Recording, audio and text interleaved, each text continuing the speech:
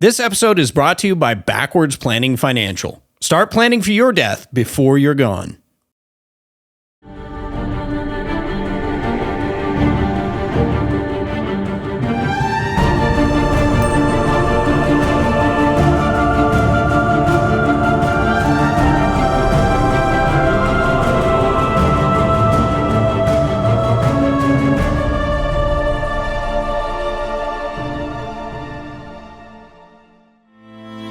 In a recent article in Glamour magazine, the question was asked, exactly how many dates, relationships, and heartbreaks will the average woman have before she meets the one?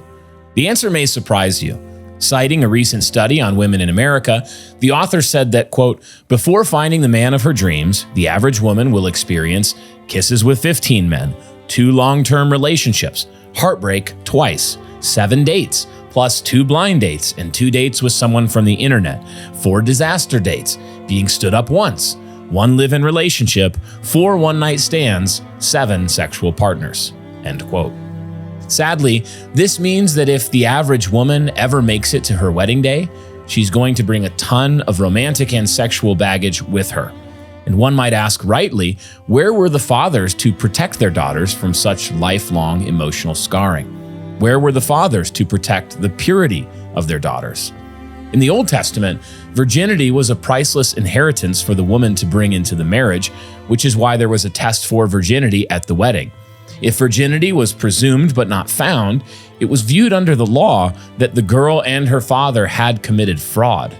In modern parlance, we could say that it is not only the case that men do in fact prefer debt-free virgins without tattoos, but we must state that it is a positive good that men should prefer virgins to the sexually promiscuous.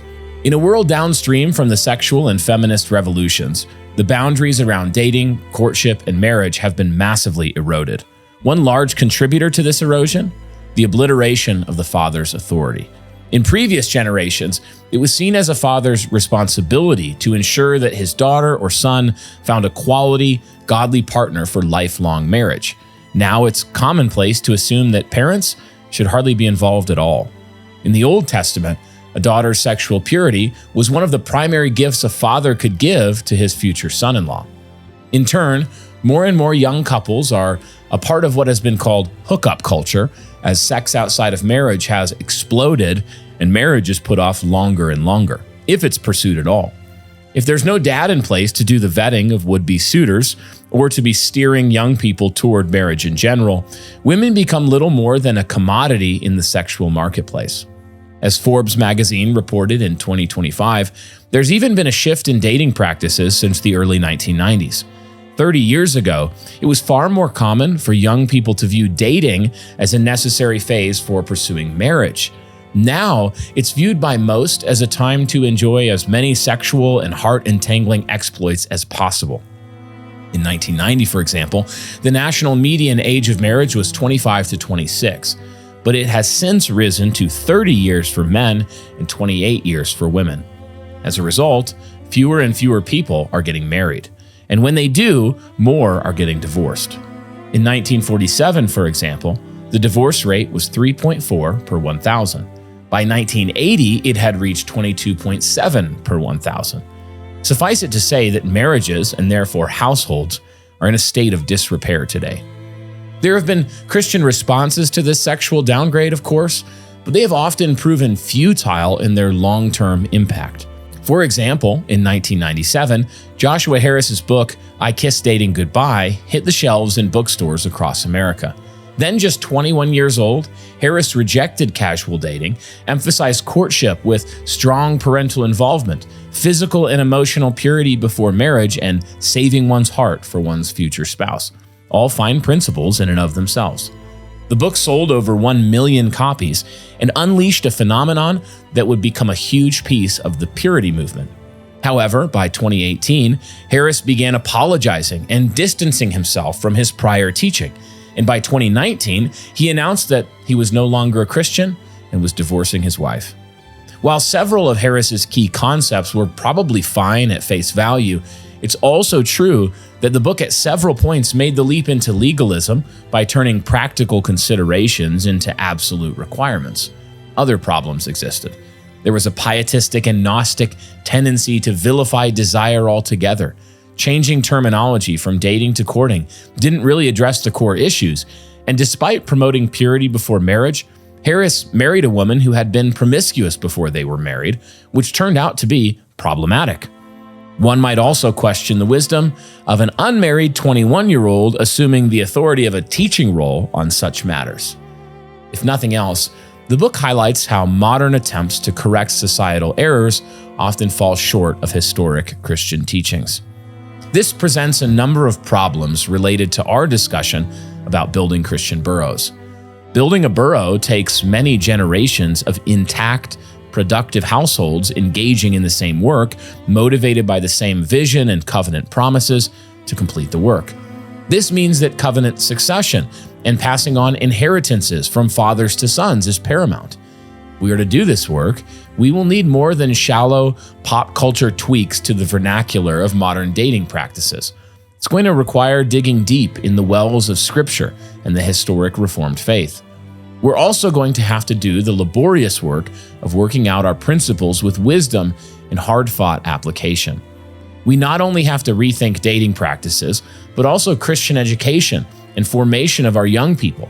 You simply can't lose your kids to a godless, sexually degenerate culture if you want to see them carry on your life's work. You also can't stand idly by while your children marry worthless men or worthless women. If they do, the vision, the mission, and the work will ultimately be lost. We see this theme throughout the history of the Old Testament patriarchs, starting with Abraham. In the last stage of his life, having received the promise from God, he saw the importance of ensuring that his only heir, Isaac, was married to a godly woman who could help him carry on his father's covenant-rich legacy. And so we are told in Genesis 24 that, quote, Abraham said to his servant, the oldest of his household, who had charge of all that he had, put your hand under my thigh, that I may make you swear by the Lord, the God of heaven and God of the earth, that you will not take a wife for my son from the daughters of the Canaanites, among whom I dwell, but will go to my country and to my kindred, and take a wife for my son Isaac. End quote. As a model man of faith and the keystone patriarch, Abraham didn't leave his son's future spouse up to chance. Instead, in obedience to God's word, he took the initiative, came up with a plan, and then sent his servant on an all-important and specific mission. Find a godly woman from our people for my son to marry. It's important to see that Abraham took this action because he believed God's promise to him and to his offspring. This is confirmed in verse 7, where Abraham says, quote, the Lord, the God of heaven, who took me from my father's house and from the land of my kindred, and who spoke to me and swore to me, to your offspring I will give this land. He will send his angel before you, and you shall take a wife for my son from there. End quote.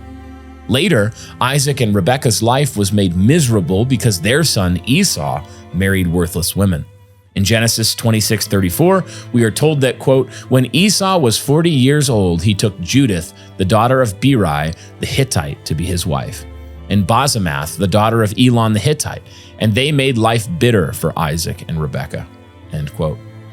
We don't exactly know all the details surrounding Esau's marriages or how they came about, but we do know that they were poor choices in violation of God's law and that his parents did not approve of them.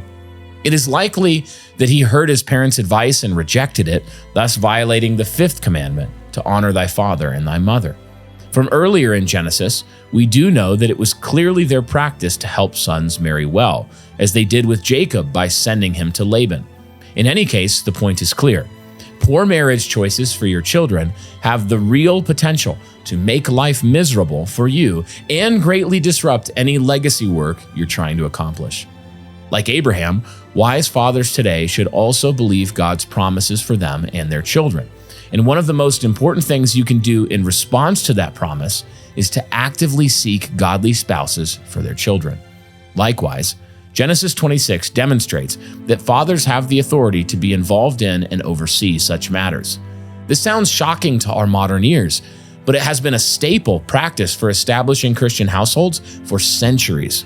For example, while William Gouge, the Westminster divine, warns against the dangers of arranging marriages without the consent of the young adults involved, he explicitly states that parents have a duty and responsibility to see their children married well.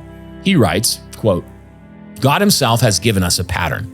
He first brought the woman to the man, Genesis 2:22, by which he would show that he who gave a being to the woman had a right to place her in marriage. Parents now have this right, for from them under God, children receive their existence. In this case, parents stand in God's place and are, as it were, God's hand to join their children in marriage. God has given explicit laws concerning this point. To omit that general moral law, honor thy father and thy mother, the authority and responsibility which God by his law has laid upon parents, to give their daughters to husbands and to take wives for their sons, Deuteronomy 7:3, has the force of a law to prohibit children from taking wives or husbands without or against their parents' consent. It has been a custom in all Christian churches throughout all ages for the parent or someone in the parent's place to give the bride to the bridegroom at the time of the marriage, by which the parent's consent is openly acknowledged." End quote. From Deuteronomy 7:3, we can rightly say that fathers are to give their daughters in marriage and to take wives for their sons. In either case, godly parents have a primary duty to ensure that their children enter upon godly marriages. Gouge was also wise to promote a biblical view of companionable marriage, as opposed to cold, prearranged unions, whereby the man and woman share an affection for one another, a warmth of companionship, a productive household, and parental oversight that grows out of their love for one another. Another relevant Old Testament passage is Numbers 30:3-16. It says this, quote, "If a woman vows a vow to the Lord and binds herself by a pledge while within her father's house in her youth, and her father hears of her vow and of her pledge by which she has bound herself, and says nothing to her, then all her vows shall stand, and every pledge by which she has bound herself shall stand. But if her father opposes her on the day that he hears of it, no vow of hers, no pledge by which she has bound herself shall stand, and the Lord will forgive her because her father opposed her. If she marries a husband while under her vows or any thoughtless utterance of her lips by which she has bound herself, and her husband hears of it and says nothing to her on the day that he hears, then her vows shall stand, and her pledges by which she has bound herself shall stand. But if, on the day that her husband comes to hear of it, he opposes her, then he makes void her vow that was on her, and the thoughtless utterance of her lips by which she bound herself, and the Lord will forgive her. But any vow of a widow or of a divorced woman, anything by which she has bound herself, shall stand against her. And if she vowed in her husband's house or bound herself by a pledge with an oath, and her husband heard of it and said nothing to her and did not oppose her, then all her vows shall stand, and every pledge by which she bound herself shall stand. But if her husband makes them null and void on the day that he hears them, then whatever proceeds out of her lips concerning her vows or concerning her pledge of herself shall not stand. Her husband has made them void, and the Lord will forgive her. Any vow and any binding oath to afflict herself, her husband may establish or her husband may make void. But if her husband says nothing to her from day to day, then he establishes all her vows or all her pledges that are upon her. He has established them because he said nothing to her on the day that he heard them. But if he makes them null and void after he has heard of them, then he shall bear her iniquity. These are the statutes that the Lord commanded Moses about a man and his wife, and about a father and his daughter while she is in her youth within her father's house." End quote. Among other things, this passage makes it quite clear that a young woman is under her father's authority, since she is in his house, and he can overrule whatever vows she makes. If he says nothing, he is de facto ratifying the vow. But again, he has also veto power over her vows. The other thing we see in the passage is that there is no intermediary period for a young woman when she is off on her own and considered single. While sons, like Jacob, are sent out, it is the case, biblically speaking, that daughters are given by their fathers to suitable husbands. As Doug Wilson puts it, quote, "The idea that a girl can get to the age of 18 or 19 and leave her father's house in order to be out on her own is not scriptural. She remains under the authority of her father." End quote. Now, this is obviously sacrilegious to our modern cult of feminism, but it is plainly the case that fathers have authority over their young daughters, including whom they marry. In the case of sons, it is also true that fathers have a responsibility and authority to see that they marry well. What fathers should absolutely reject is the modern notion that when a child is 18, they're on their own and should figure things out for themselves. Again, this is relevant for establishing and fortifying Christian boroughs that span many generations.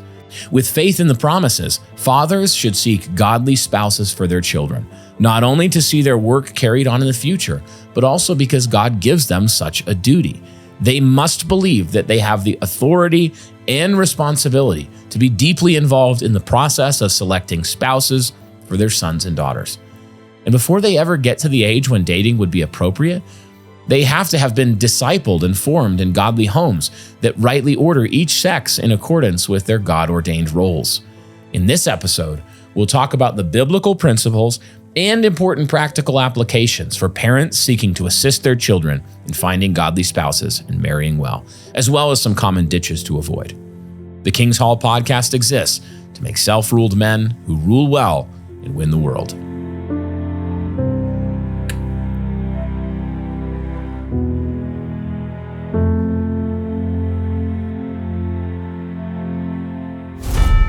This is Dave. Dave is dead. When he wasn't, he was a successful businessman with a rather large estate. This is Ben. As Dave's son, Ben has just inherited a logistical nightmare. Dave wasn't exactly organized with his estate. Sorting through folders, receipts, and records, a hunting lodge in Montana, a 401k, lots of investments, several bank accounts, and of course, taxes. Ben was overwhelmed. Enter Joe Garrissey of Backwards Planning Financial. When Ben called Joe and explained everything, Joe replied, "No problem. That's easy." And somehow it was. With Joe's guidance, Ben was able to put a robust financial plan in place which helped mitigate risk and bring order to the chaos, while building wealth, organizing his estate, easing the tax burdens, and cutting unnecessary costs. He helped Ben do something Dave never did: plan ahead. Starting at the end and working backwards, Ben now has a plan for his own family. Now his kids won't go through what he did when he eventually... Backwards Planning Financial. Start planning for your death before you're gone.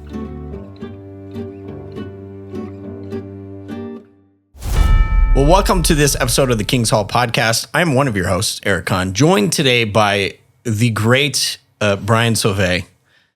Some people, based on the last After Hours, have referred to you as Moaning Myrtle.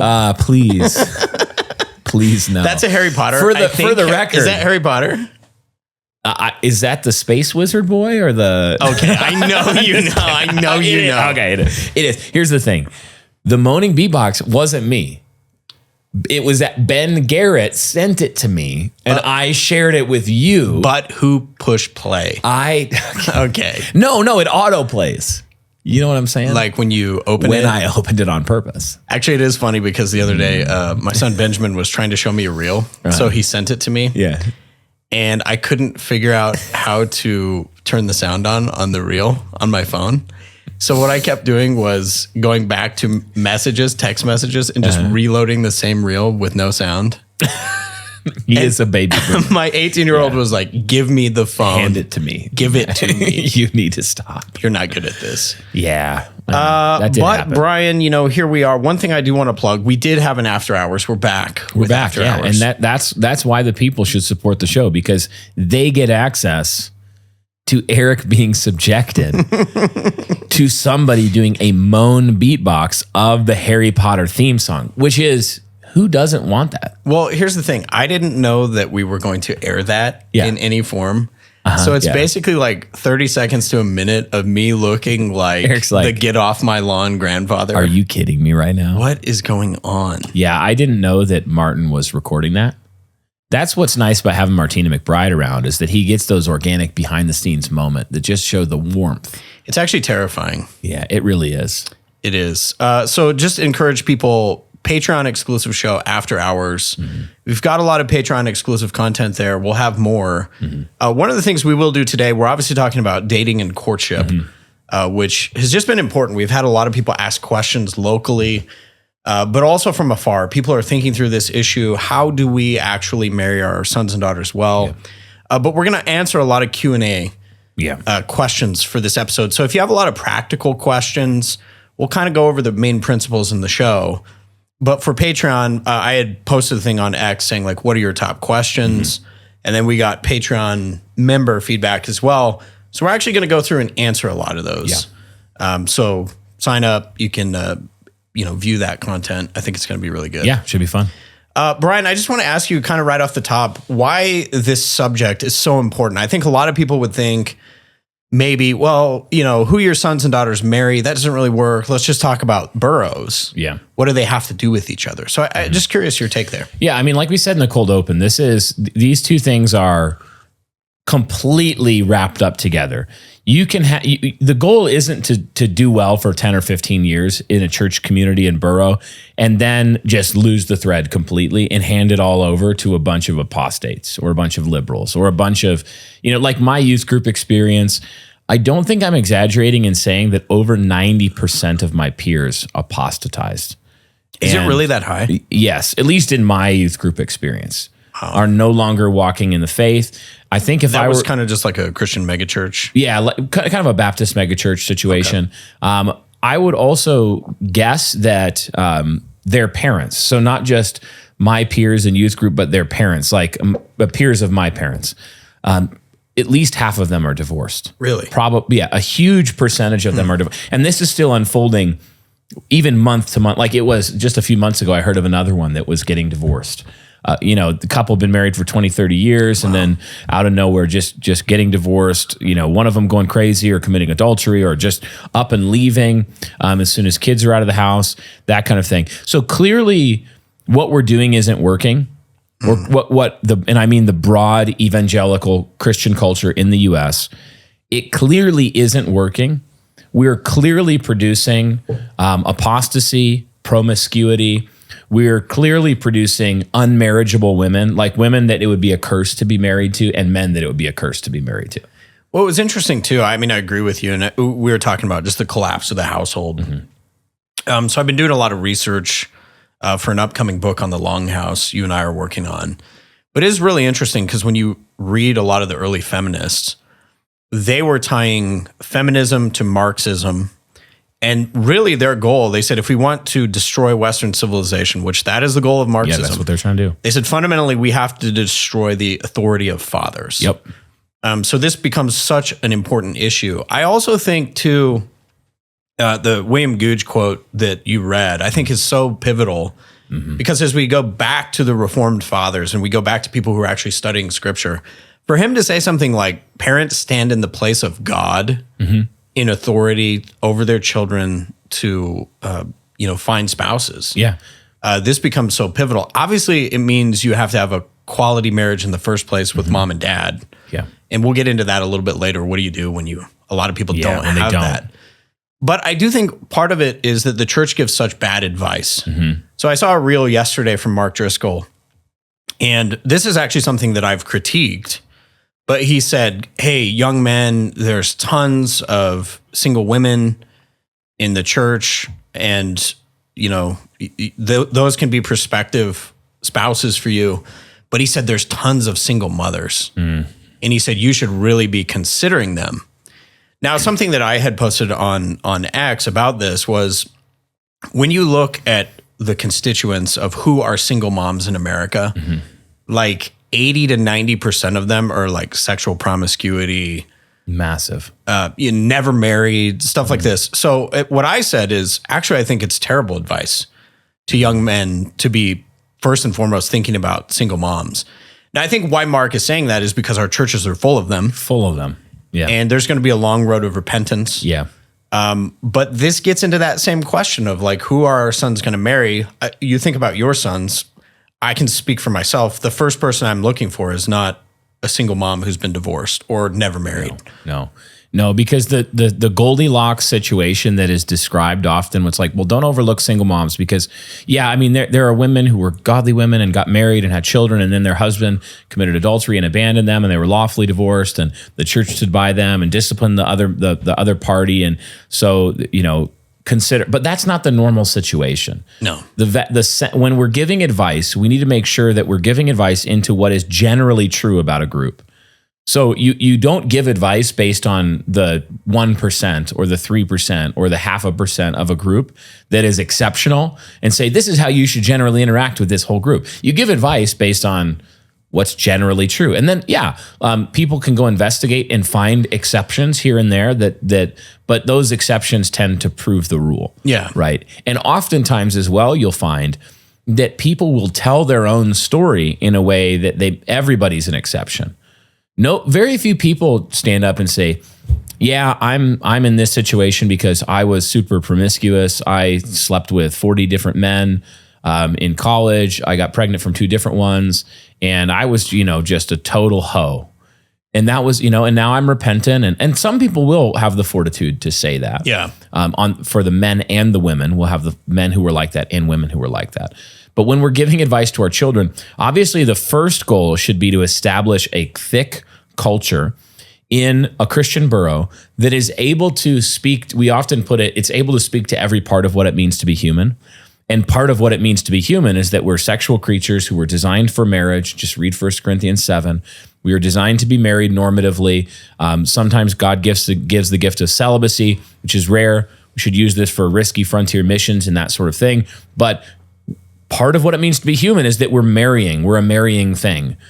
So in a Christian borough, plan A should be we're producing children from their youth who know these things, know what it is to be a man, know what it is to be a woman, and then we're helping them marry well, and we're helping them put up the right walls in their early days. We're helping them, navigate this difficult time together, finding companionable marriages, like Gooch puts it, that are not these cold, prearranged, like, you two are the same age, here you go, you're going to get married. But making sure that they have companionship and that it's a fitting marriage and the relationship between the families. There should be warmth and affection. They like each other and they want they're attracted to each other and want to get married. And there was something you said a minute ago that just I wanted to note before we move on. It is interesting. Gooch speaks of the parents in this conversation standing in place of God. And we hear that today, and we're so allergic to authority and hierarchy that we think, oh, that is crazy. Like we want to constantly downplay authority. What you actually need to understand, though, is that any lawful authority in situations of human hierarchy, in a sense, that authority is standing in place of God. Yeah. Because if it is a lawful authority, it's an authority God established. That's what it means to be a lawful authority. And if it's an authority God established, then the goal of that authority is to implement God's will for that which he governs over. So every single authority, whether it's the civil magistrate or the pastor or the father or the husband or the mother and the father over the children, all of those authorities should be thinking of their role as, I am standing in place of God here, not replacing God, but I am the visible expression of God's authority in this thing. And if we would stop thinking about dating and courtship and marriage of our children as this thing where it's like, it's mainly their thing, and we kind of exist for arbitrarily as sort of a social custom for someone to ask dad at some point, can I marry your daughter? If that at all. And instead be thinking, I have a duty to manifest God's will for the children and for these young men and young women into this aspect of their lives. Well, and it's interesting because I think as you read through these passages, and some of it you can find in books. I think a pretty good one is Her Hand in Marriage by Doug Wilson, which is one of his older, kind of thinner paperbacks, but a lot of good, I think, insight there. It is really interesting, just this concept of having the authority, but also that means you have this huge responsibility as a father. It doesn't start on the day when your daughter brings somebody home and says, Daddy, I'd like you to meet this boy that I met at college.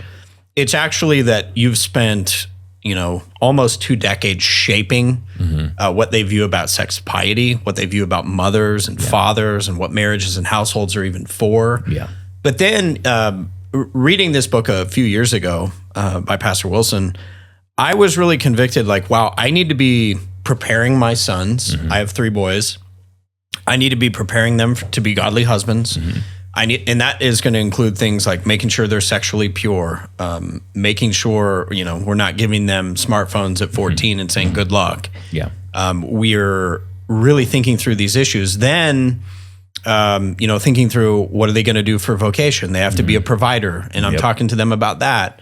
What are some, guys in the church you can start experiencing, even at 12, 13, and 14, like work. Yeah. The men in the church are going to get to know you. And then they're going to be the guys vouching or not for you in the future when, the girl's father calls around and says, what kind of worker is he?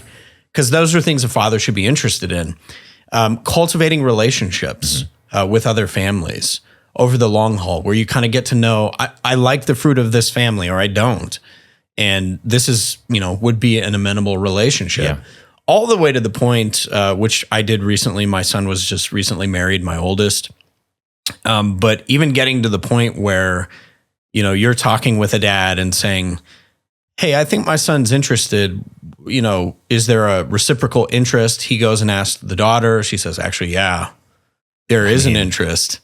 And then, fathers are overseeing that process and setting boundaries. We'll talk more about that in the Patreon show. But just this concept in our culture, I think we have such a rank individualism where even on matters of faith, we say, well, it's up to the children to decide for themselves, literally whatever they want, carte blanche. Yeah. When they're 18, they're on their own.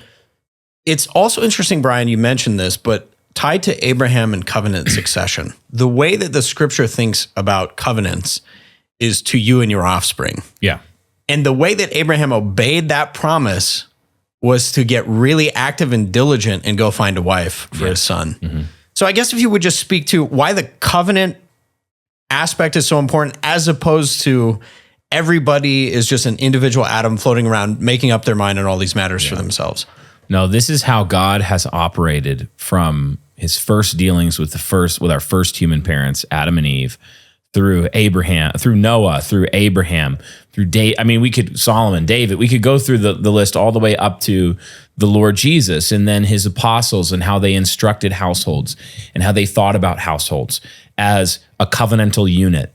That the promises were to you and your children and to all who are far off. It's not just to you and then to the nations kind of generally. It's to you and your household, your offspring, your sons, your daughters, and then to all those who are far off. And so we see them acting consistently with this whenever they're heralding the gospel to those who have never heard it, like the Philippian jailer, or you can go through example after example in the New Testament where they're saying things like, there's one example where Peter is speaking to the jailer, and the jailer, his family's not even there.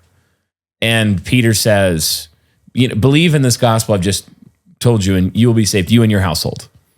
They're not even there. Like Peter has no evidence that they'll all be inwardly persuaded of the gospel. So what is he doing there?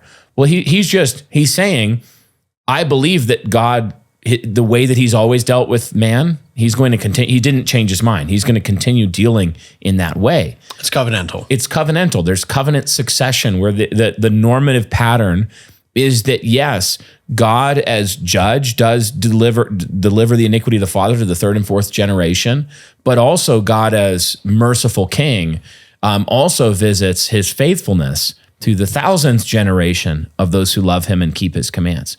And right there, we want to immediately introduce a big wedge, because that promises to those who love me and keep my commands. And so there are commands to be kept. Like the Lord said, if you love me, you'll keep my commands. That promise involves active obedience from fathers, from mothers. It involves active obedience on our part, where we don't just say, I have true inward faith myself and my children, good luck. I cast them on the providence of God with no active obedience on my part. Well, isn't it so interesting? I totally agree with that. It's so interesting with Abraham.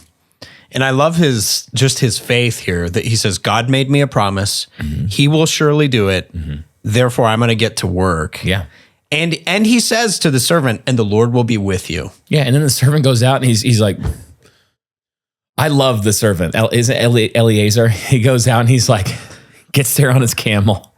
And he's just like, he just got into town, and he doesn't think to himself like, I really got to go search. I got to like have a committee. I got to have tryouts. He's just like, God in his providence is going to do this. I'm tired, boss. So he prays. He's like, that was a journey. And he just prays, Lord, like whoever the first lady is that offers water to my camel, let that be the one. Sure enough, The Lord is just, infinitely kind. It's so that part, I might be getting, maybe I'm just reading into that a little bit, but I've always thought that was really funny that he was so confident in because God had made it clear that was who they were to marry from. And so Abraham and the servant both operated in faith and said, no, there's a wife here. And I think that there's something there for us in faith.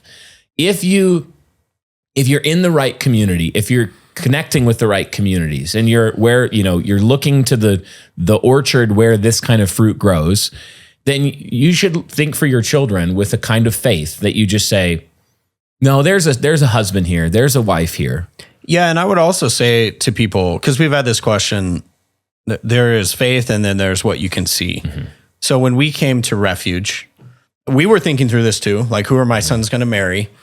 And at the time, there really weren't like teenage girls or even girls like my son's age. Right. Yeah, you guys from the older kids. But I remember having preached through Ruth before we had come and thinking about Naomi and Ruth. And all they did was they looked and they said, God's blessing Bethlehem in the midst of a famine. Mm-hmm. They could see where God's blessing was. Mm-hmm. They didn't see how it was going to work out. It didn't make sense. There wasn't a readily available, microwavable answer sitting on the table. Yeah. But they both reasoned by faith, and they said, we can go, let's put ourselves where the blessing is. Yeah. And I remember reading that and thinking, okay, I don't actually see spouses right now, but I can see that God is blessing the work of this church and blessing its people. And I can put myself where I see blessing happening. Mm-hmm. So then we came, and just by the grace of God, through the conference, we met this wonderful family, pastor down the road, Reformed Baptist pastor. And, over time, he and I both built relations with the families, got to know each other. Long story short, things worked out. My son's married to their daughter. So I look at that and I think there's a lot of people who look at Ogden and they go, well, I don't see, like I visited once and I don't see the lady. I didn't see the one with the sign over that said, your son's wife, your daughter's husband. Right. Well, it doesn't quite work that way. And I think to your point too, it's also like we had to be active. We had to do a lot of things. We had to pray. And then we had to get to work. It wasn't like flip a coin and hope it works out. No. That's also not how the promises work. One of the other things I want to hit upon is sort of as we delve into this conversation of dating and courtship, I will say, first of all, I don't really get hung up on the language as much. Yeah, me neither. As the principles behind it. I think this was sort of the problem. Like even in certain camps today, if I say, and I might have said it, my son is dating / courting / I don't know what you want to call it. We're trying to follow these principles. Yeah. And people would be like, oh, dating is evil. And it's true if you're talking about this worldly practice of going out and just sleeping around, kind of the intro story that you read. Yeah. Like that's really bad. That's bad. That is actually awful. If that's what dating is, then dating's bad. But we talked about this as kind of a critique of Josh Harris. Like, you're not going to fix the problem by just changing the label. Oh, we're doing courtship, but it's well, what's the difference here? Well, we're weirder. that didn't actually fix it. Like, you do need to be weird in a sense that you're different. If the culture would look at you and say, well, that's bizarre. Like, you don't sleep with 16, 17 people before you get married. Like, what? Don't you want to sow your wild? Don't you want to have some fun before you get, locked down? Well, no, that's stupid. You're stupid. We will be weird if that's what it means. But yeah, the principles are what matters, not the label. Yeah. So tied to this, I think anytime we get into a discussion like this, and you've done a good job of this, I think, in the past, you have to differentiate between biblical principles. Mm-hmm. What are the thus saith the Lord? What are the principles of fatherly authority? But then also not go so far as to make wooden rules where they don't necessarily have to. There can be wisdom principles. Yeah, absolutely. But I guess just talk about that danger of turning, I've seen this a lot, like preferences from a father, which can be fine on either side. Yeah. They can be fine preferences, but they get codified as a sort of law. Yeah. Like every couple must do this. Yeah, they have to do this exact thing. We always need to be careful in any kind of how should we live discussion of making that distinction. Here's the principle, here's its application. The principle is unchanging and it's the same for everybody, but the application is going to be circumstantial. It's going to depend on how God providentially ordered your life, where you are, the people you're in the midst of, the situation that this particular young man and young woman in this case are in. And there's going to be a million differences there where one of the principles needs to be that's unchanging, that both need to, both parties, the fathers and mothers involved in this courtship process, they need to have this principle of charity with one another, flexibility, where they're not, because sometimes if things are going well, if you have two good godly households, you're going to have on some level strong fatherly leadership that's convictional and has opinions and has preferences and things like that. And then another household comes in and they have strong principles, convictions, and preferences as well. And sometimes, even if they share 90% of the underlying principles, there can be a little bit of but my preference is slightly different than yours here. Like maybe one father would say, yeah, I think literally a couple should never be alone with each other at all until their wedding night. And that's it. They should never be alone. And the other father might say, well, there's a lot of contexts where they should never be alone. Like obviously they should never be alone in a domicile together. They should not, but maybe I'm okay with, given if I know the maturity of the two involved, yeah, he can take her out to dinner at a restaurant in public. And we know that they're going to go from point A to point B. There's not going to be like going to Lover's Lane in the car. Yeah. And there's ways to like have accountability as well. Yeah. With these things. When I've heard this too with some of the practical questions, like, everything from, a peck on the cheek or any kind of kissing, hand holding, at what point are those acceptable? Sometimes people are going to say not at all. And there are a lot of instances where I think you can have fatherly wisdom, and you can say, here are the preference areas, here's the wisdom area. One thing that was good is at the beginning of this process for my son, we all kind of sat down together and said, father-in-law says, here's the ground rules, here's what I'd like to see. One thing I did tell my son, I said, well, she's under his authority right now. So as much as possible, I would defer to him on these issues. He has authority over his daughter and he has an authority to protect her. Yes. And so, one of the things was like, no kissing till the wedding day. I was like, great, cool. That's great. That's cool. I think midway through the process was like, you may hold her hand. And it was, and I told my son, like, that's great. Honor him. The Lord will bless you if you honor your fathers. And so I think being able to work through those. And one thing I would say to people, I see this a lot on social media. People will state a lot of these though, like, no, this is a rule codified in the 10 Commandments. Again, just realizing like it's going to take wisdom. One thing we would say to people too, if you're going to go through this process as young people, because there's so much wisdom involved, you need wise counselors.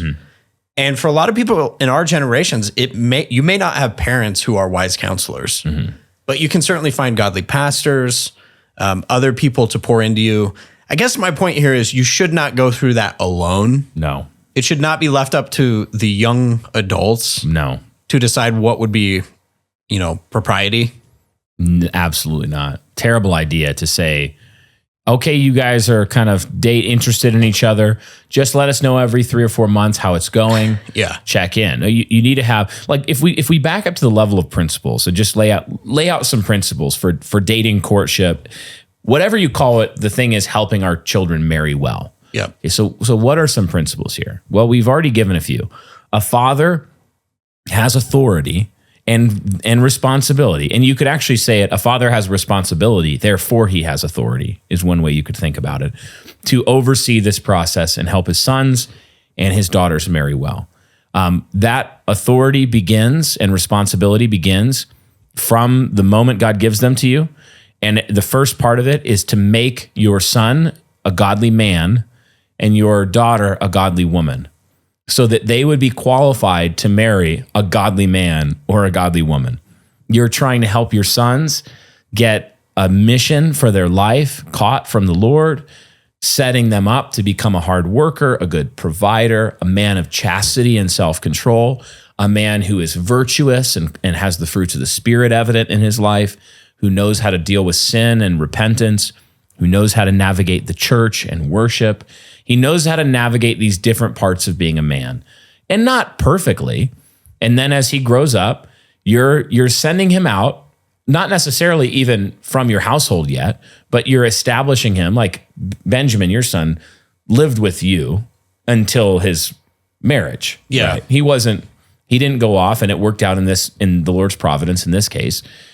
But he was establishing his household in the sense of his ability to provide all this virtue. A daughter is under the father's keeping in his house, in his household, learning how to be a godly woman, learning how to love and nurture children often, learning how to keep a home, and these, learning how to navigate the church as a woman, all these different things for her as well.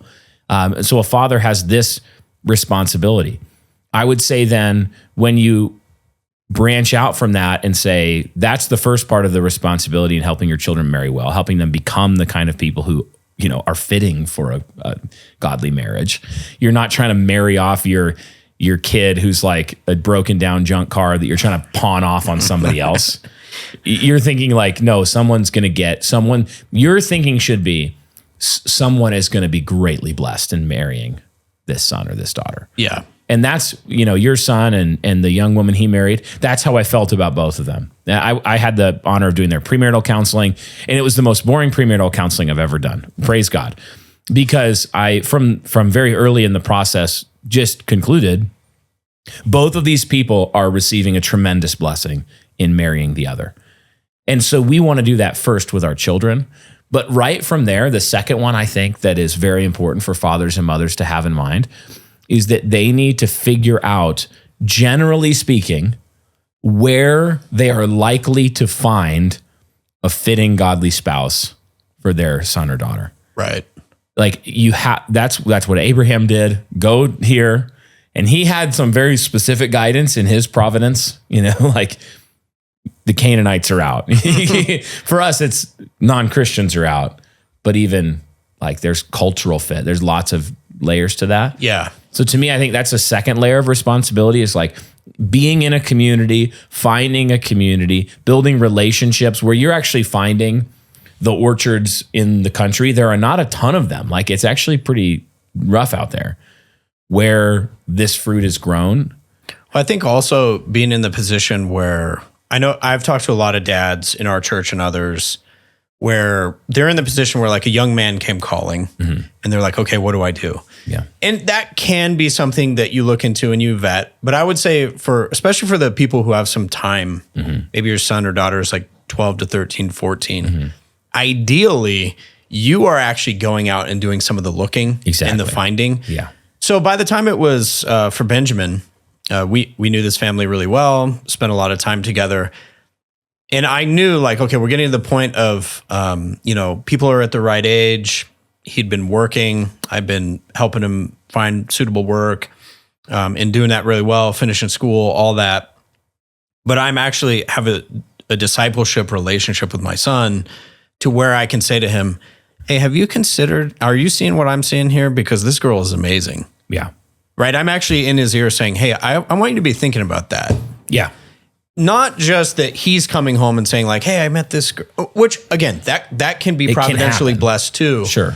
But I think to get dads more on the proactive side of things rather than reactive. And there's always weird, twisted, fundy versions of this that are just strange. Like, for example, a version of this that would be weird and like uncomfortable and awkward for everybody is the dad who's like, a lot of times in patriarchal households, you'll have a really strong father figure, but everybody lives under his shadow.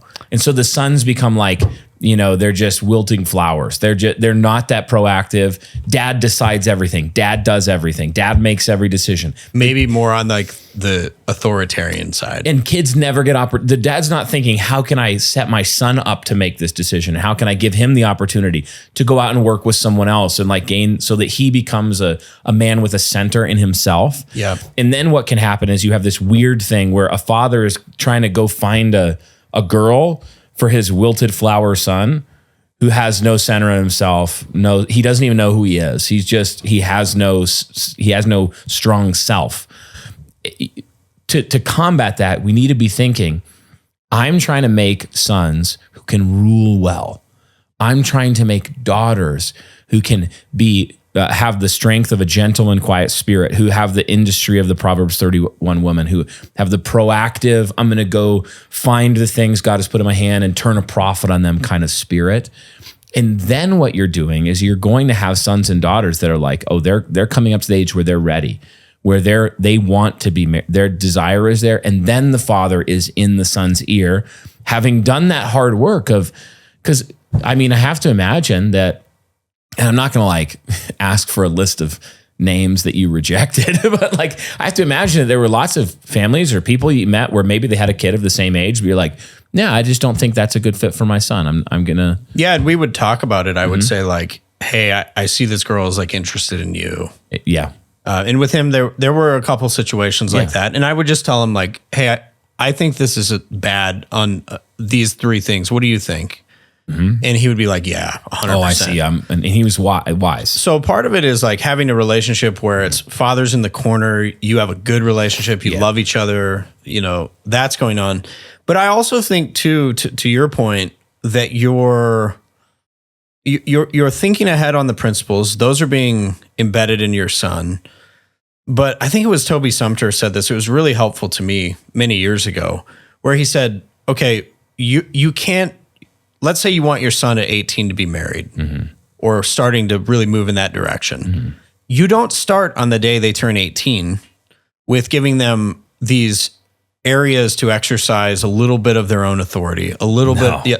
Like when Benjamin was 14 and 15, I would do things like send him out with the guys to do a shooting event and I wouldn't go intentionally. Don't go. And the guys would pour in and they would make some corrections and they would do some coaching and teaching.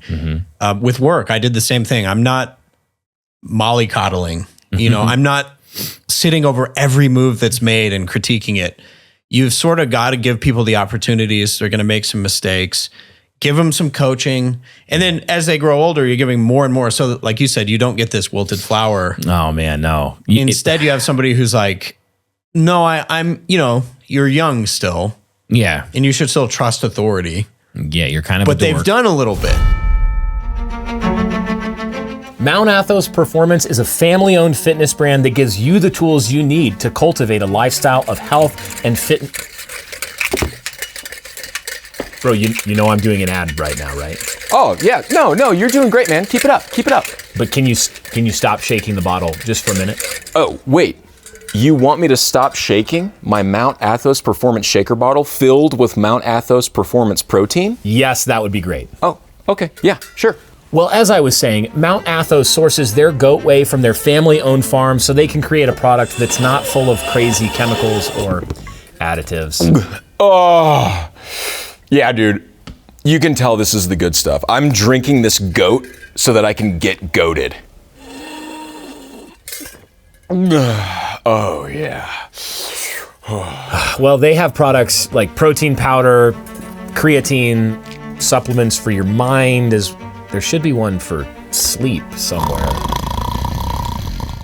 Oh. Head to athosperform.com and use code NCP20 for 20% off your order today.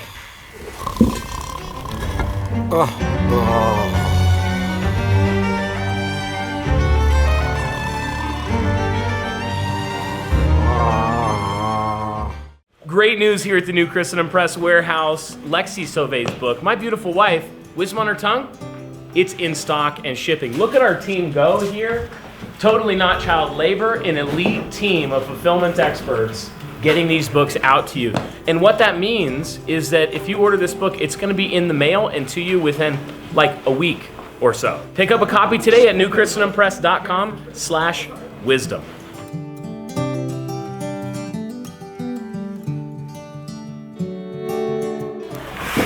We're killing it right now. Okay. We're going to keep on dancing. I have a son who's 12, and he's one of my sons, and he's got his first out of the house. I've paid him to do stuff, do this job. I give him all my boys and girls too, even in different fitting ways. Like, hey, I'll give you $10 if you can do this really well. And then one of them maybe come back and I say, you didn't do $10 worth of work there, son. Like, you got to go finish that, and then I'll pay you. And you know what a boss would have thought of that? If you were working down the street for so-and-so in the church, you know what he would have thought of that, 2 hours of work you did? He probably would have thought it was worth about 20 minutes, or a great job, really diligent. Yeah. So my son's got his first out of the house where he rides his bike, a mile or two away from our house, to a house in the church that needed some services. Every week he goes and does some stuff for him. And then I said, you figure out what he's going to pay you, negotiate with him. He way underbid it, first of all. But then he goes and does it, comes back, make sure you're doing a good work, ask, how am I doing? And it's such a small thing. Yeah. But when I think about, if you go back to your world as a 12-year-old and think, did that feel like a small thing? No, that felt like it takes courage and diligence, and it's going to be hard, and you're nervous because you don't know. Like, either of us, a grown man, you'd be like, yeah, you go over there, you do the job, is it done, whatever. But to them, they're nervous about 50 different things. Okay, I could have gone and negotiated it. I could drop them off every time. I could make it my problem. But I'm like, no, son, you have to make it your problem if you're going to go do this. These are just small examples of fitting, sexed piety, virtue winning, formation opportunities, thinking, so that by the time my son is 18, 19, 20 and beyond, you're ready to commend him to another family. Yeah, and then the value too in a community is, like, for Benjamin, by the time he was, seeking marriage, you also have all these men in the community who are like, yeah, this is a good man. Like, there's that whole process, which is really good. One of the things I want to ask you, this kind of gets into, I think, complementarianism, but with Josh Harris, I Kissed Dating Goodbye. I saw this a lot growing up, where a lot of these principles aren't bad, like parental involvement. Saw this a lot with focus on the family. They had a lot of good, principles that they would give for, no sex before marriage or something. But it also none of that stuff really stuck with my generation, it seems like. And the reason I tie it to complementarianism is because I think a lot of it didn't go far enough. I think it was kind of shallow. I think they were halfway houses where you took egalitarian principles and you kind of tried to amend some of it. Yeah, you baptized feminist first principles. But, even the thing with Josh Harris, I remember after, it was a big debacle after he got divorced.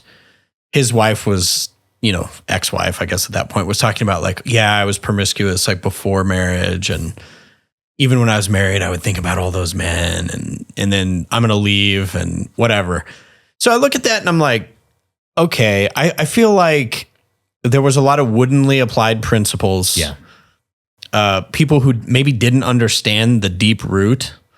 Like, people weren't reading William Googe. They didn't. The fundamental error, where I see the biggest gap, is that our evangelical culture, including a lot of complementarian culture, it doesn't understand fully the nature of a man and the nature of a woman and what they were created for, what their positive duties are, and how those positive duties relate to their nature, how God made a man and how God made a woman.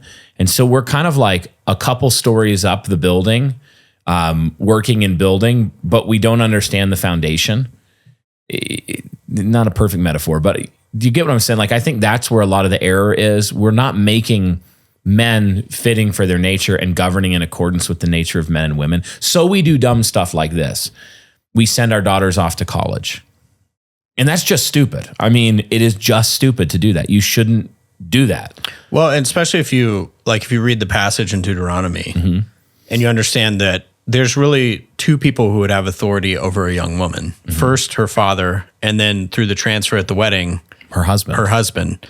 So even this, I mean, it really gets under the skin of the feminist because, and a lot of feminist men, I mean, too, where they're going, wait a minute. So a daughter can't just leave home and do whatever she wants? No, I'm reading this great book right now called Kristen Lavransdatter at the recommendation of my wife. She's been telling me to read it for like a year. And it was written in probably the 1920s by this woman whose father was a historian or an expert on basically medieval Christian Catholic culture. And the book is set in the 1300s in Norway. And I'm about 60% through the book, but one of the main themes so far has been fatherly authority, marrying well, our sinful passions being subdued or not subdued by wisdom. And one of the errors that even a good father in the book makes is that he sends his daughter off. She's been betrothed to this good man named Simon, but I'm listening to it and the lady's like Norwegian. And so she pronounces it Simon, which is uncomfortable for me. But he's like he's a good, godly man, very mature, very responsible, good father, good family, good work ethic, all this stuff. But he's not like flashy. And, she's a young woman. The father's done a good job of betrothing her to this man, good fitting, companionable match, whatever. And then he decides that he makes this fatal error. He's going to send her off to a convent for a year during this betrothal. Because of some issues or whatever, she had some issues at home with local people and some drama. And so she's like, I'll send her away for a year so she can kind of escape this drama. So now she's in this nunnery. And in the course of the nunnery, when she's supposed to be overseen by all these sisters and nuns, she runs into a knight named Alan. And you can guess. I mean, I won't spoil the whole book, but the whole book is about the decisions that she makes. And one of the central themes is a vow that she makes to marry. Well, I am kind of spoiling it. She makes a vow to the knight who seduces her, more or less. And it's an approach. There's no inappropriate stuff in the book at all. It's very, very well done. But you get the point well enough. But you get the point. Yeah. She communicates what is taking place. She makes a vow, and her father never hears of this vow until much later. And there's this second key failure where he fails to do the proper nullification of the vow. Yeah, that's a good point too. I think when you, as a father, when you abdicate, you're still ruling. Yes. So it's bad leadership. And he's a good lead. Like in this situation, a lot of it is deception that the daughter, right? He doesn't know. He doesn't know all of it, but it just shows like this one decision. And it's so interesting to me that even though it's in the 1300s, and this was not an unusual thing to happen for a maiden, a virgin young daughter, to be sent to the convent for a time for spiritual instruction and things like that for a period of time before a wedding or in betrothal or whatever. But it's a similar thing where he says, yeah, you can go for this extended period of time out of my household. And then lo and behold, what happens? Well, she is basically placed in a position to rule herself. And she immediately makes extraordinarily bad decisions with her. And there's no male authority that's governing the decisions. Yeah, this is actually a common theme through Jane Austen and through her books. Like you think of Sense and Sensibility. I think you have Willoughby, and the daughter is like, she's really into Willoughby because he's like recites poetry and he's seducing her. And he ends up being a womanizer who just uses women to his advantage, producing illegitimate children or whatever. And then you have, I think, Colonel Brandon. Somebody will correct this if it's wrong. That's all right. First and foremost will be my wife. She's like, you don't remember? Come on. Like, I know. But I think it's Colonel Brandon. And he's like a very distinguished gentleman. He does have a lot of wealth, but he's not flashy. And so she ends up falling for Willoughby. And in the end, of course, she comes to realize. His name's Willoughby. Yeah, I know. Red flag. So then she comes to realize, okay, this stable guy who, is quieter. Why are there so many stories where, it turns out that the stable guy you thought was not as sexually exciting turned out to be what would have been a great husband. And instead you went with the guy who's really, really actually has no virtue. Right. And then like the dad had died, so there's nobody guiding affairs and stuff like that. And so like women are left to themselves and it goes poorly. So yeah, to your point, I do think that fathers especially need to think through really tough issues. Like, would I send my daughter to the University of Georgia or Tennessee or whatever it is, just because that's a cultural thing to do, where she is going to become a used mattress? And then even if she finds a godly husband and things end up going well, it's like you're going to bring all this baggage. Yeah, even if your daughter manages to be one of the few who escapes conformity to the culture of the women surrounding her, you have to understand, if you send her to a university like this, that the people she is surrounded by are that. Yes. And the gravity of that culture is attempting to conform her. And she was created, again, to the creational nature of the woman. She was created to be won and ruled by a man. Well, it's interesting too, when Benjamin started this process of, dating, we were meeting with his father-in-law now.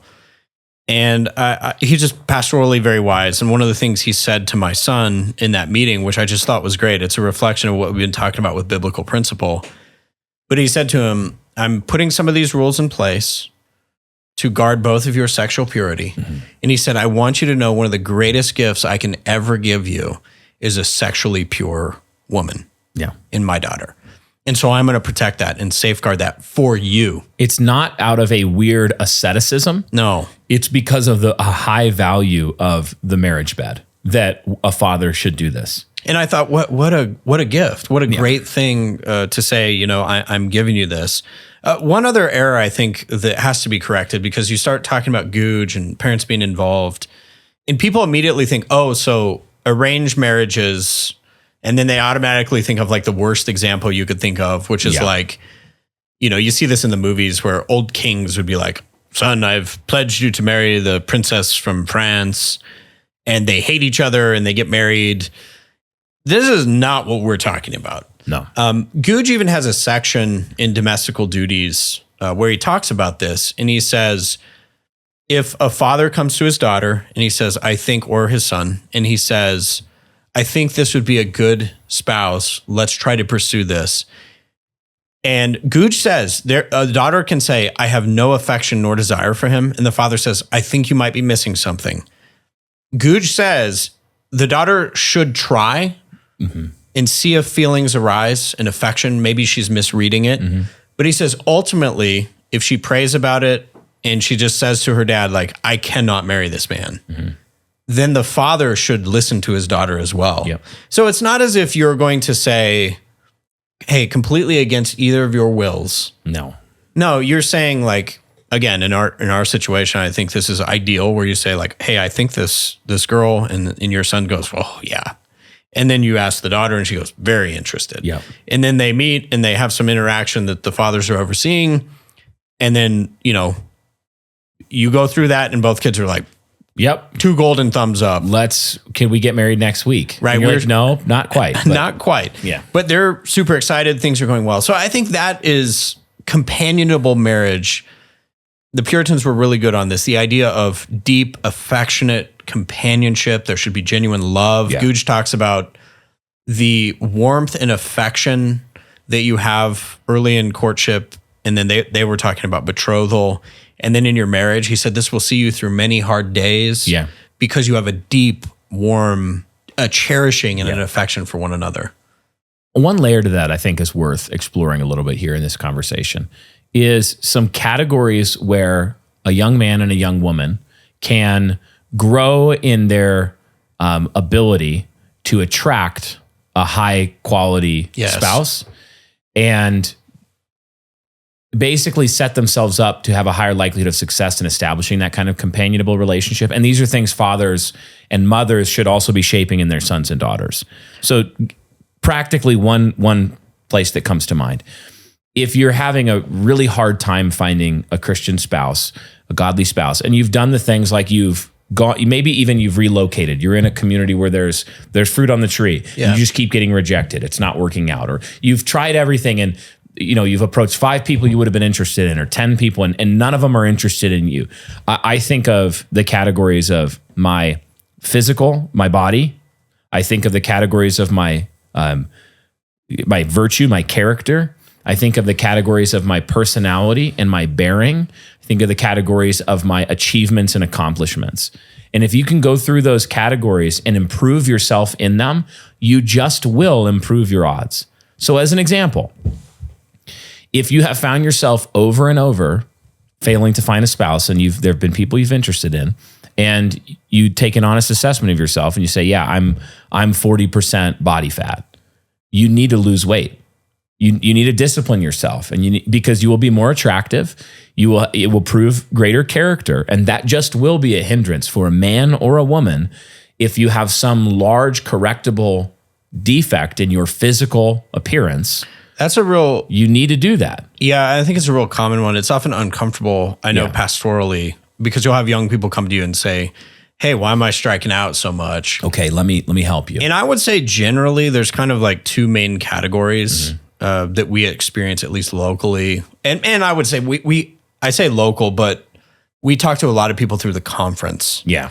And so people are coming to the singles mixer. Totally. And that is a huge portion too.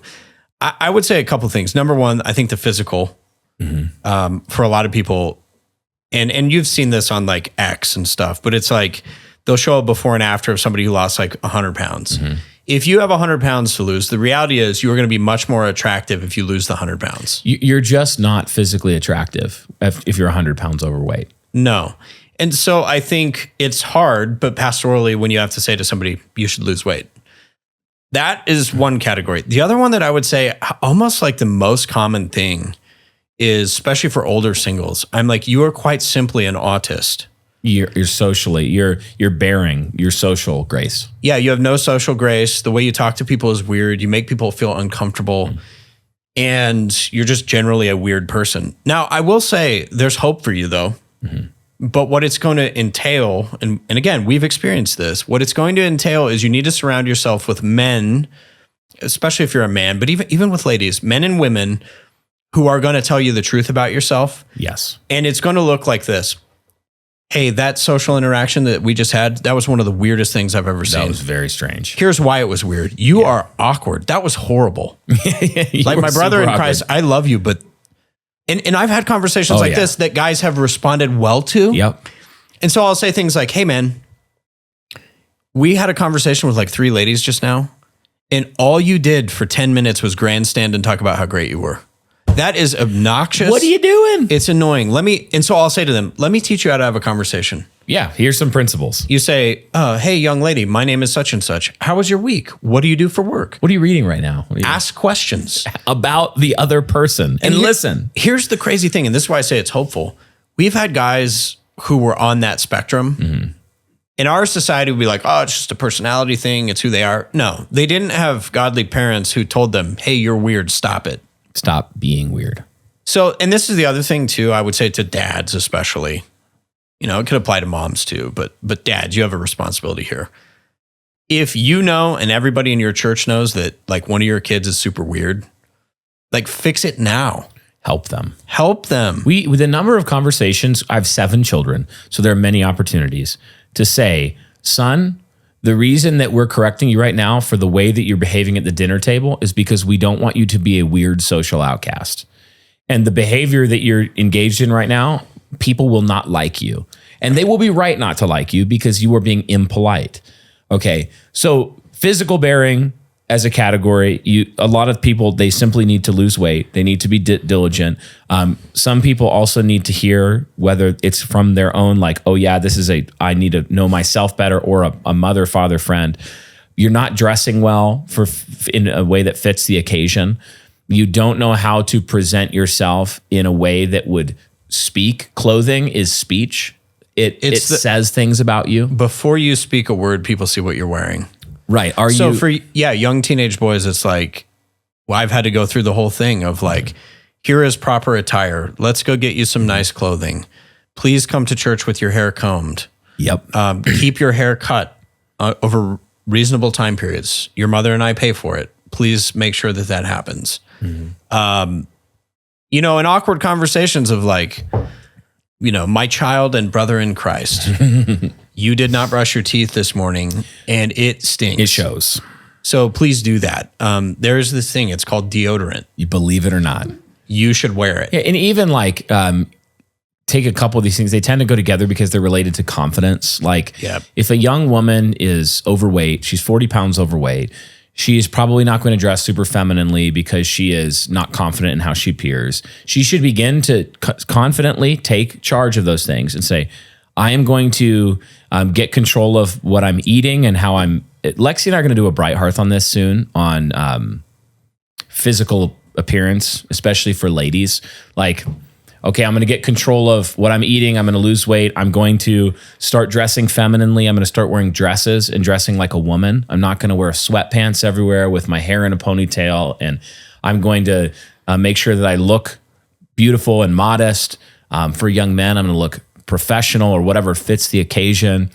The next one, so physical appearance, you need to take, that matters. People aren't just being rude and proud by interacting with you in some way based on how you appear, because that says many things about your inward character and virtue. Yep. And because an essential component of marriage is sexual attraction.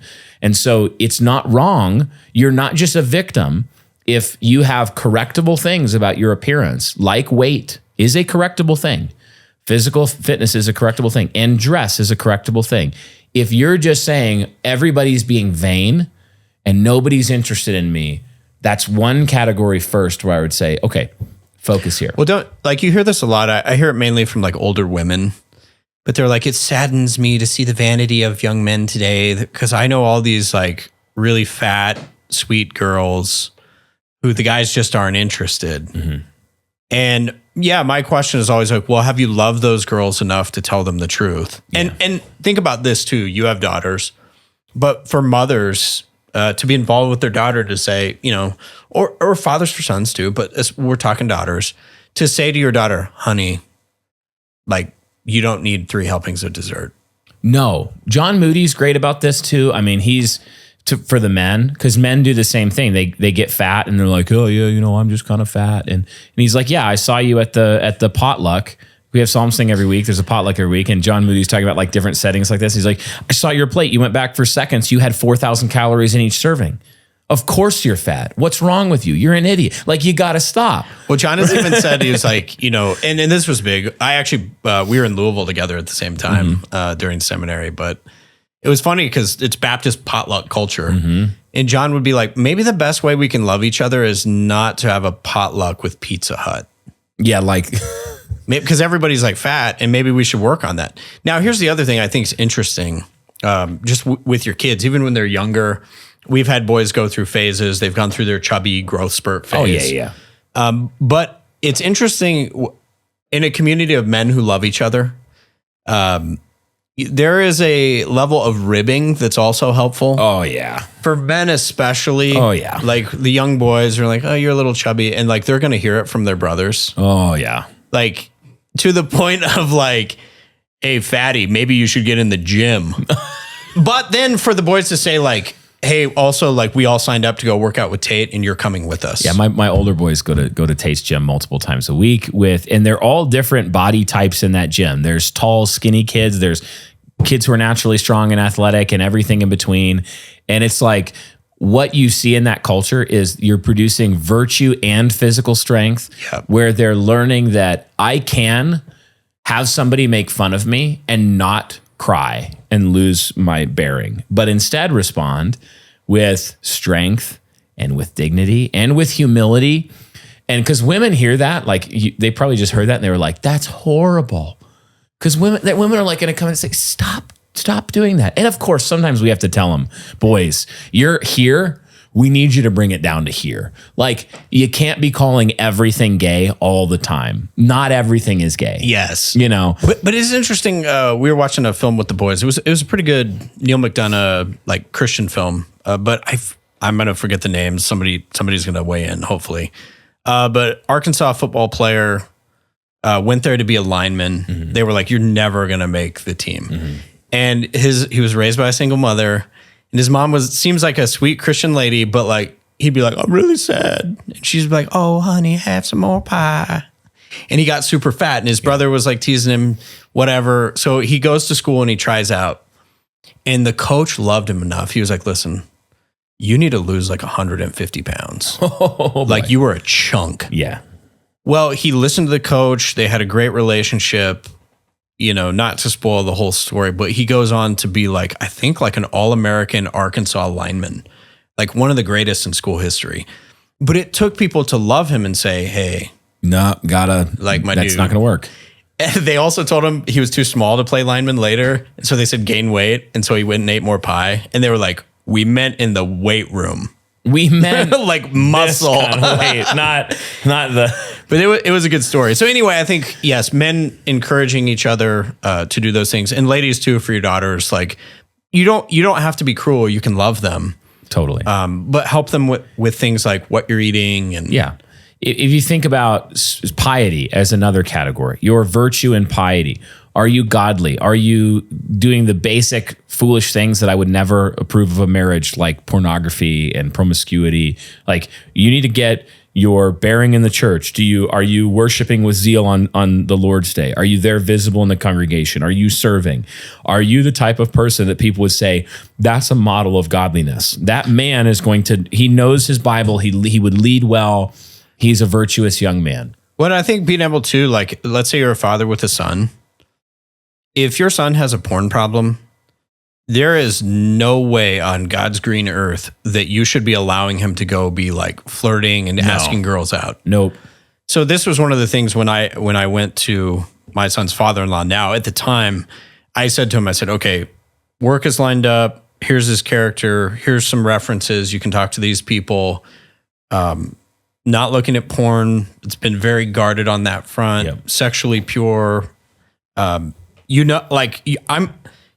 wouldn't even allow your son, if he was struggling with that, to go pursue. No, and if you're a young man and you're there, you're not qualified yet. You need to do the basic work. Right. And we would say that to any young man who's like, hey, I'm interested in girls. And we're like, great. You looking at porn? They're like, yeah. And you're like, you're not ready. Okay, you're not ready.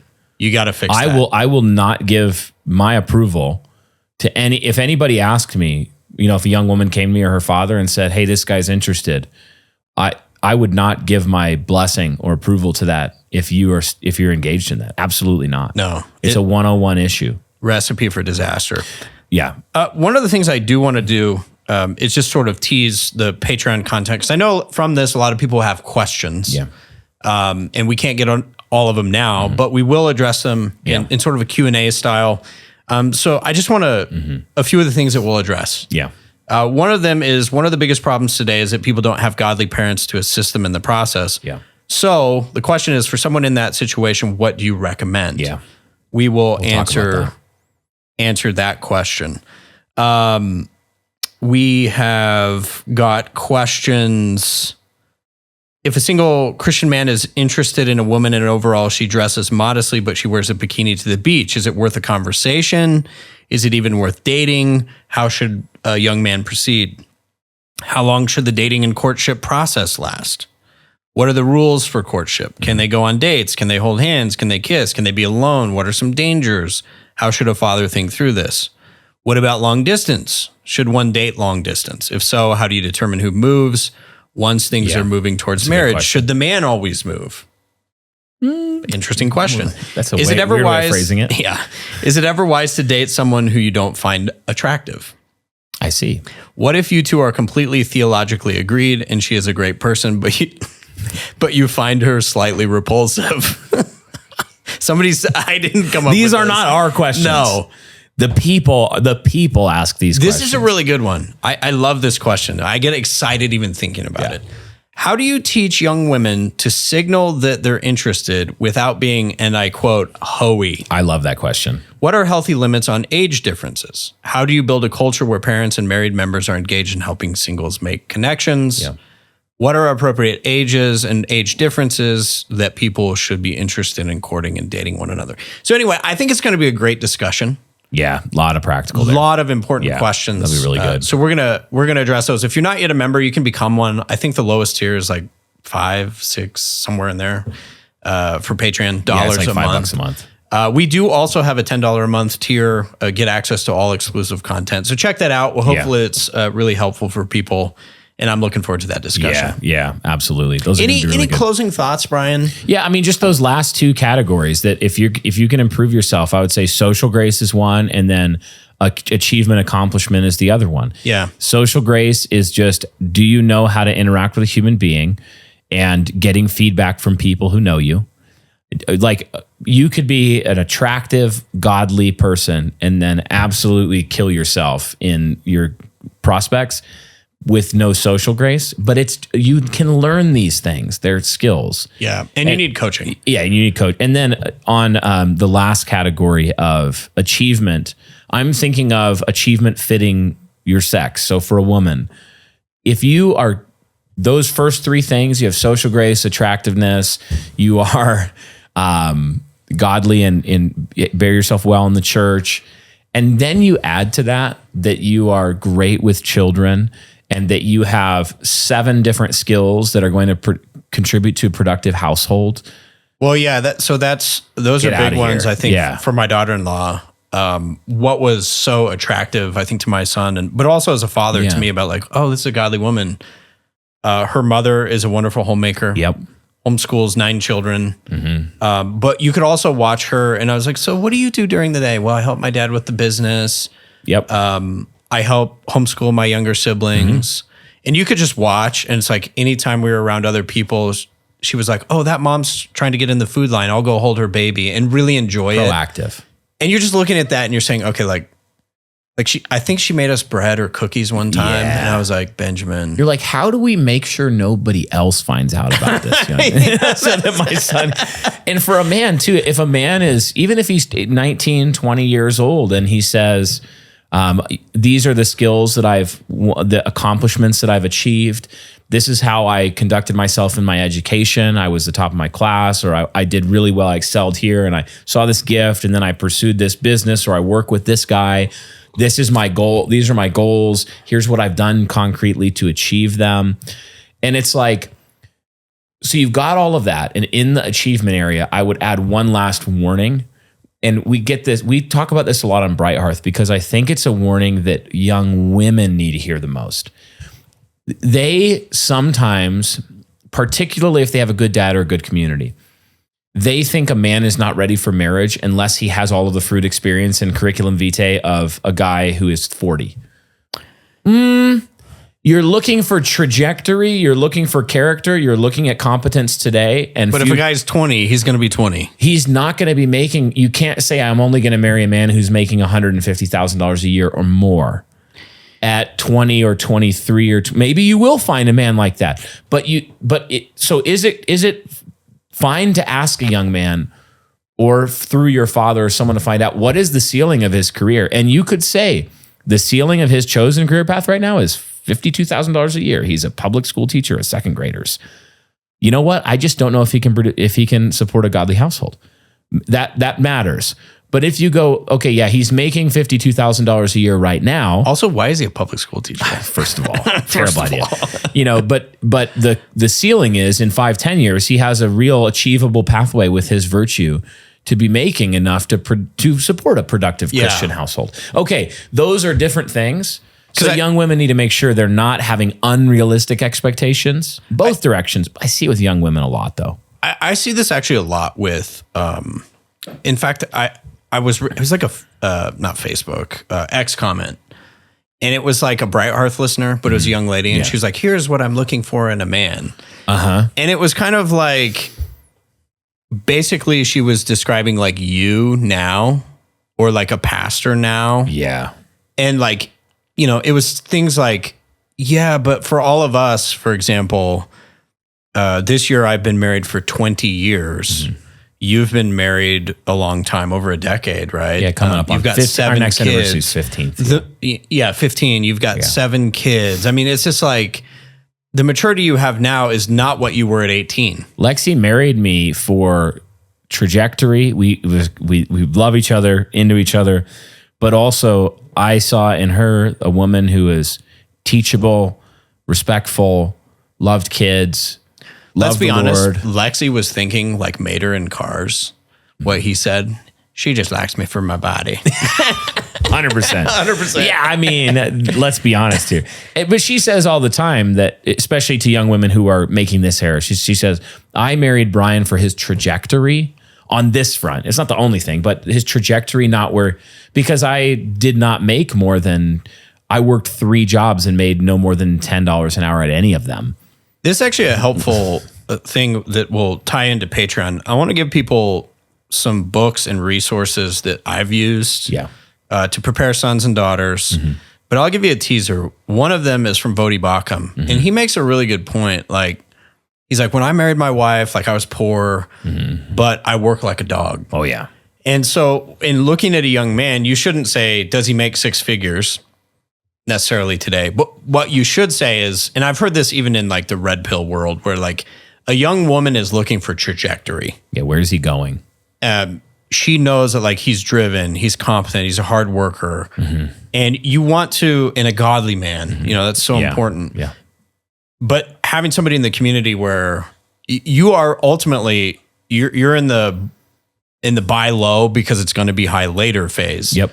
You're not saying, I want somebody who has literally accomplished everything. Everyone in the community respects him as the most godly authority there. Like, you probably, especially for those people in the 25 and under, probably unrealistic. Yeah, just it's not going to happen. And there's no guarantees in this life. You can do everything we've said and things can go wrong. That is a reality that you have to entrust yourself to the Lord. Yeah. It's one of the biggest things for women is fear that they have to overcome, which is why in 1 Peter 3, Peter commends Sarah for being a godly woman who feared no fearful thing. Like she called her husband Lord, and she followed him off into a land that the Lord would show them. She followed that man through difficulty. She followed him through, like Pharaoh almost marrying her. And in that, like the situation where she called him Lord was literally in that. That's what he's referencing.